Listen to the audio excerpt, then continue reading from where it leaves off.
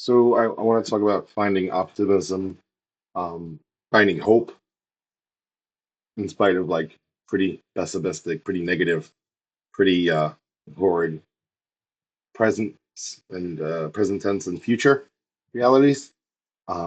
Which I guess that's what hope is. So I guess finding optimism is a hope, right? And in spite of what remains and what seems yet to come.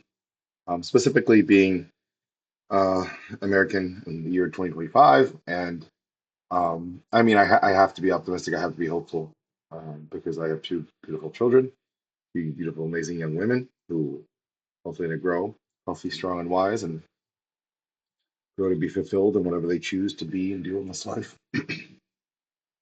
So I think, to no surprise, like a lot of my optimism is founded in my faith.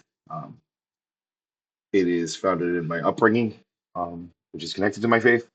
Um, the absolutely like hauntingly beautiful promise of Christianity, of with a French priest in I think the 1800s wrote everything that rises must converge, and this idea that as a Christian you're trying to ascend, not in hierarchy, not in the sense of like trying to amass more things or become gain power, but you are trying to ascend in love, which is funny because to ascend in love is kind of a dissension in ways. Um, the whole like heaven is underground idea.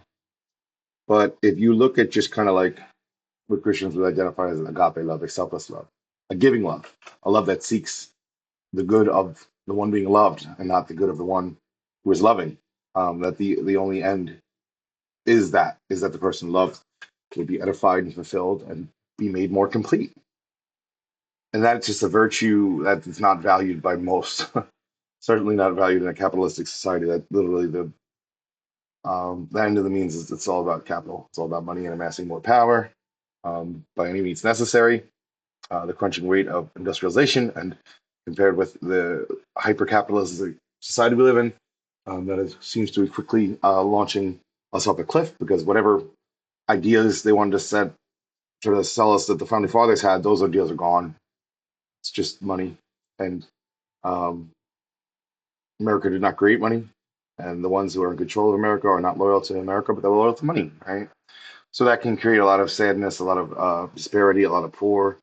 Um, Mentally, spiritually, physically, reality, individuals, crushing weight of racism and um, uh, all the different phobias, homophobia, transphobia, um, the crushing weight of the rich with their feet on the necks of the poor, and so on, so on. So, like, how do you, in spite of like, you can go on and on, how does one stay optimistic and hope?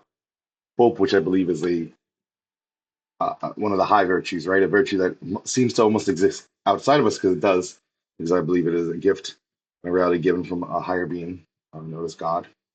And when we grasp to that, I do think that the power of that hope that is drenched in love can overcome insanely insurmountable seeming obstacles.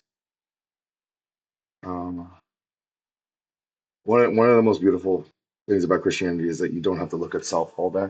You don't have to be so self-obsessed, self-improvement. But no, it's like, no, look outside yourself. Don't sit in your tiny little shack, look out the window and see the world. And in the acts of charity and loving others and connecting with others, you are more fulfilled and found more complete. And in that, you naturally are kind of more hopeful because you're not just looking at the bottom of yourself. It does seem that some of the most powerful and rich people in this country are some of the saddest, smallest, stupid. Um, we always equate, right, money and power with, oh, they must be so smart. They must be. No, man. A lot of them have come from generational wealth that is just that was by profound crushing means of stepping on people's necks. It doesn't make them better. It doesn't make them anything. It just makes them richer. To have more money is just that you just have more money, you have more power. It's not a good quality. It doesn't give you any kind of um, yeah. That is of no credit to me. Whether you have a dollar in your pocket or 1 billion, it doesn't make you a decent human. And I think decent humans The soul of a decent man or woman resides in this life or the next, but the empty dollar of a greedy man thuds in this life and doesn't go anywhere after. So find hope, little ways, look outside yourself.